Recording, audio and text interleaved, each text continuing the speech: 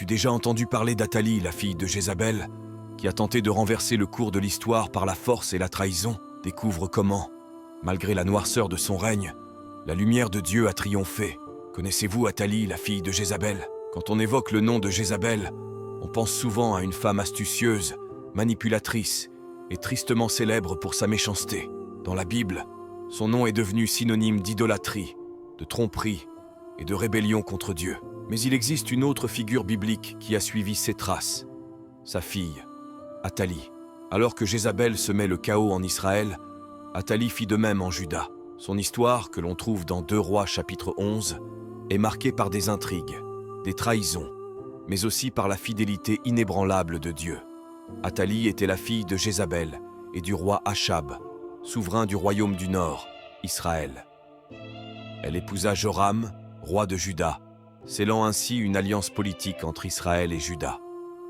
Cependant, ce mariage introduisit aussi la corruption et l'idolâtrie de Jézabel dans le royaume du Sud.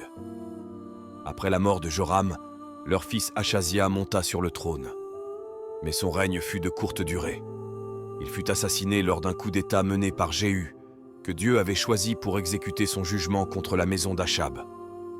Avec la disparition de son fils, Athalie vit en elle une opportunité unique de s'emparer du pouvoir.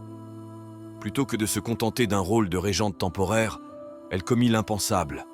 Elle ordonna l'extermination de tous ses propres petits-enfants, les héritiers légitimes du trône, afin d'éliminer toute menace à son règne. Un règne marqué par l'idolâtrie et l'injustice.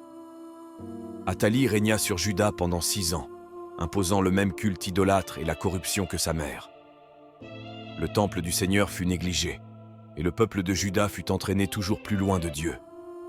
Mais Athalie avait sous-estimé la puissance de Dieu et sa fidélité à ses promesses.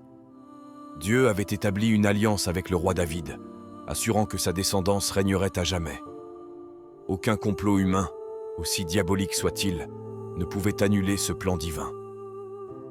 Un de ses petits-fils, Joas, survécut au massacre. Encore bébé, il fut sauvé par sa tante Josheba, l'épouse du souverain sacrificateur Jéhojada. Pendant 6 ans, ils cachèrent Joas dans le temple du Seigneur, juste sous le regard d'Athalie.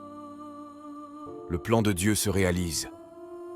Pendant ces 6 années, Jéhojada prépara minutieusement le moment où Joas serait restauré sur le trône. Il rallia les prêtres, les Lévites et les fidèles serviteurs de Dieu pour renverser Athalie. La 7e année, le plan se mit en marche. Joas fut extrait de sa cachette et présenté au peuple. Bien qu'il n'ait que 7 ans, il fut oint et couronné roi de Juda. Le peuple exulta, criant « Vive le roi !» Quand Athalie entendit l'agitation, elle se précipita au temple et vit Joas debout près de la colonne royale, couronné et entouré de partisans. Elle s'écria « Trahison! Trahison !» Mais personne ne lui prêta attention. Jéhojada ordonna qu'elle soit emmenée hors du temple et exécutée, afin que la maison du Seigneur ne soit pas souillée par son sang.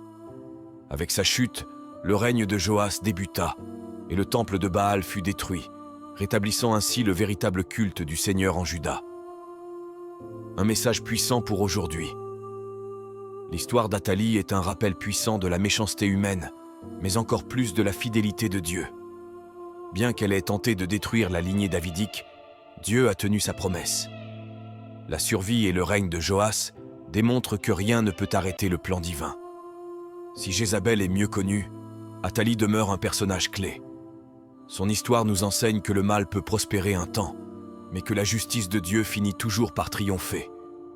Dans les ténèbres, la lumière de Dieu brille toujours, rappelant qu'il contrôle toutes choses.